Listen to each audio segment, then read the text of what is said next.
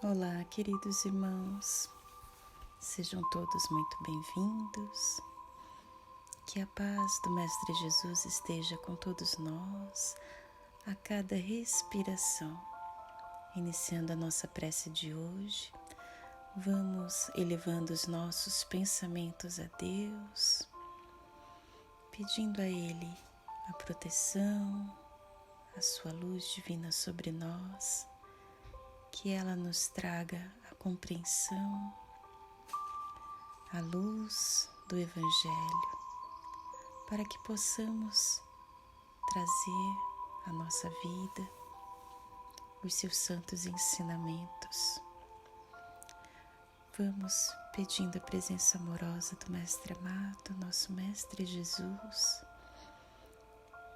junto ao nosso anjo da guarda, nossos mentores, a toda a espiritualidade amiga que nos acompanha, nos auxilia, nos ampara, nos inspira. Fica conosco, Mestre Jesus, nos abrace, nos guie com vosso olhar carinhoso. Que o Senhor seja sempre a nossa doce inspiração, hoje e sempre, que assim seja. Hoje, no Evangelho segundo o Espiritismo, vamos falar do capítulo 17, o homem de bem. O verdadeiro homem de bem é aquele que pratica a lei de justiça, de amor e de caridade em sua maior pureza. Quando interroga sua consciência a respeito de seus próprios atos, pergunta-se se não violou essa lei, se não fez o mal, se fez todo o bem que podia, se negligenciou conscientemente uma oportunidade de ser útil, se alguém tem do que se queixar dele, enfim, se fez ao outro tudo o que queria que se fizesse por ele. Ele tem fé em Deus, em sua bondade, em sua justiça e em sua sabedoria. Sabe que nada acontece sem sua permissão e se submete-se à sua vontade em todas as coisas. Tem fé no futuro, é por isso que coloca os bens espirituais acima dos bens temporais. Sabe que todas as vicissitudes da vida, todas as dores, todas as decepções são provas ou expiações e as aceita sem reclamar. O homem, compenetrado pelo sentimento de caridade e de amor ao próximo, faz o bem pelo bem, sem esperar retorno, devolve ao mal o bem, toma a defesa do fraco contra o forte e sempre sacrifica seu interesse pela justiça. Ele se satisfaz com os benefícios que espalha, com os serviços que presta, com os que torna felizes, com as lágrimas que seca, com as consolações que leva aos aflitos. Seu primeiro movimento é de pensar nos outros, antes de pensar em si mesmo, de ir atrás do interesse do outro antes do seu próprio.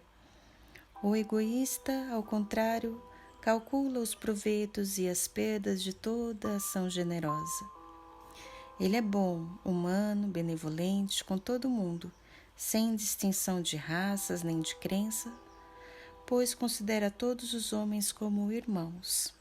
Respeita no outro todas as convicções sinceras e não lança anátemas àqueles que não pensam como ele. Em todas as circunstâncias, a caridade é seu guia. Diz a si mesmo que falta com o dever de amor ao próximo e não merece a clemência do Senhor. Aquele que causa prejuízo ao trem, através de palavras malévolas, que fere a suscetibilidade de alguém por orgulho e desdém, que não recua à ideia de causar uma pena, uma contrariedade, mesmo de leve, quando pode evitá-la. Não tem raiva, nem rancor, nem desejo de vingança. A exemplo de Jesus, perdoa e esquece as ofensas.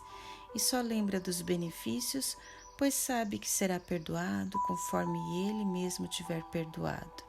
É indulgente com as fraquezas do outro, porque sabe que ele próprio tem necessidade de indulgência, e recorda esta fala do Cristo: aquele que não tiver pecado, atire a primeira pedra. Ele não se compraz em procurar defeito no outro, nem em pôr em evidência esses defeitos. Se a necessidade obriga a isso, vai sempre à procura do bem que atenua o mal. Estuda suas próprias imperfeições, trabalha incessantemente em combatê-las. Todos os seus esforços são na intenção de que possa dizer-se amanhã que há nele algo melhor que na véspera. Não procura fazer valer nem seu espírito nem seus talentos à custa do outro.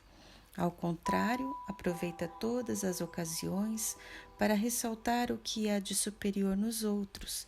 Não se envaidece, nem de sua fortuna, nem de suas vantagens pessoais, porque sabe que tudo o que lhe foi dado pode ser retirado.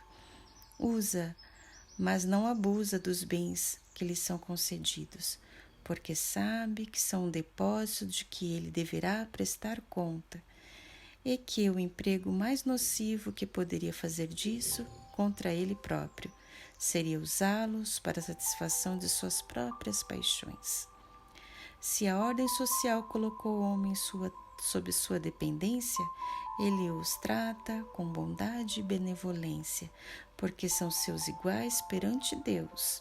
Usa de sua autoridade para levantar a moral deles, e não para esmagá-los com seu orgulho. Evita tudo o que poderia tornar a posição subalterna mais penosa.